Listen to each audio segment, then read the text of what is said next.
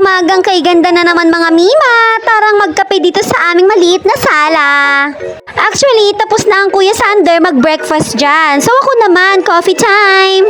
Si Bebo naman, as always, naggatas lang siya. And then nagbiskwit na rin. Si Bebo, papakyut na naman. Pero ang laki ng kasalanan niya kanina kay kuya niya. Naglambitin ba naman Mima dun sa damit ng Kuya Sander niya? Eh di napiwak. O di galit na galit ng kuya. Sabi ng Kuya Sander, alam na kasing mabigat eh, naggaganon pa sa akin. After lunch namin mga Mima, inutusan ko naman ng Kuya Sander na maghugas ng plato.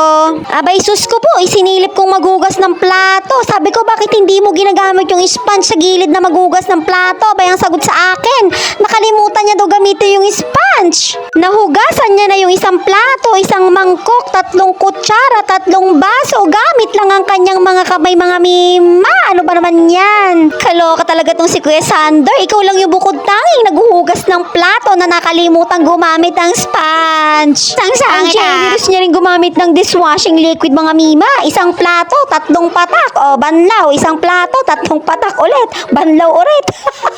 Siyempre, generous sa dishwashing liquid. Generous din siya sa tubig. Ayan, baha ang paligid. Sobrang ganado ata. Pati bahay, winash niya na. Ganado talaga yan mga Mima. Nagpapaalam kasi yan na maliligo daw sila sa ilog. O di ka ako, subukan ko ang utusan to. Baka pumayag namang maghugas. Ayan, pumayag nga. Sana pala mga Mima, ako na lang ang hindi pumayag na maghugas siya eh. Charis! Eh di syempre, hindi rin magpapatalo tong maliit dito sa baba. Ayan, magkakalat din siya ng upuan. Gagawin niya na naman tren-tren yan. Ang perfect nyo talaga today. Dahil dyan ako hihilata lang maghapon. Bahala kayo dyan. Ang Kuya Sander, hindi naman halata na ganado. May pasayaw-sayaw pa eh. Ano kaya no? Di ko siya payagang biglang maligo sa ilog. Depressed to Mima. Nung hapon na mga Mima, after ng nap ng Bebo, lumabas naman kami para naman makapaglaro siya. At saka nasa labas din kasi ang Kuya Sander, may mga kalaro siya mga bata. Kaya sabi ko, halika na Bebo, labas tayo, maglaro ka rin doon. And then yan ang kanyang reaksyon. Tuwang-tuwa Mima nung makita ang kanyang Kuya Sander. Tignan niyo naman ang pagmamahal niya sa kanyang kuya. So sweet. Napaka-genuine talaga ng happy niya pagdating sa kuya niya. Ganyan din naman ang kuya niya sa kanya mga Mima. Pero syempre, si Kuya Sander minsan nahihiya na rin siyang ipakita yung sweetness niya sa ading niya. Medyo malayo pala ako niyan sa mga bata mga Mima. Tapos nagtatawanan sila. Eh di lumapit ako. Tinanong ko, bakit kayo nagtatawanan? Ayun pala, natatawa sila kasi nga mas malaki pa daw yung hita ni Bebo kaysa dun sa isang kasama nila. Nagluloko daan ah. Yung mga yan rin pala Mima, ang kasama ni Kuya Sander kanina na naligo sa ilog. Diyos me, yung oras na yan, kauuwi lang nila niyan. Ayan nga at basa pa ang buhok ng Kuya Sander. Sa bagay mga Mima, makulimlim naman ang panahon kanina kaya hinayaan ko na lang din si Kuya Sander na magbabad dun sa ilog. At saka ngayon na lang din kasi ulit siya Mima nagpaalam na maliligo siya sa ilog. Nakita nyo naman kanina kung paano siya ka-excited, diba? At habang kami ay nakatambay dyan sa may labas, dun sa may tindahan may tumatawag at may bibili. At habang papunta tayo sa may tindahan, yan palang bakuran na yan na color blue mga Mima, yan ang bakuran ng aking mga biyanan. And then, yung small space na yan, ayan o, yung wala pang pintura yung harap, yan naman yung naming napatayo na home, sweet home. Maliit lang siya mga Mima, cute-cute lang, pero syempre, saan ba nanggagaling ang malalaki sa maliit? Charas! And then, nakapag-extend din kami ng maliit na tindahan dito. Ayan nga ang aking mini store. Tapos, ito na may lagi nyo nakikita sa aking mga mini vlog, ang lagusan papunta sa Encantadia, low budget. Fast forward na tayo mga Mima. So nung gabi, ayan na naman, problema na naman ng dinner. Pero dahil naalala ko na marami pa pala kaming tasty bread sa ref, naisip ko na ito na lang ang dinner namin. Tsaka mag-iisang linggo na to sa ref mga Mima, abay wag naman na natin paabutin ng 2 linggo.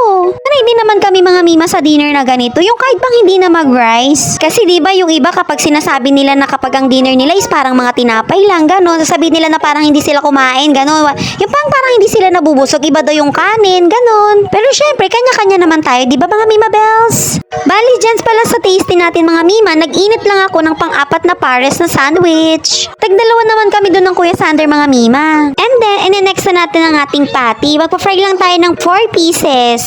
Nung time na to mga Mima, gutom na ako. Parang gusto ko nga mag-6 na pair ng sandwich dyan eh. Pero sabi ko baka mamaya sobra naman yung naluto ko. 6 talaga.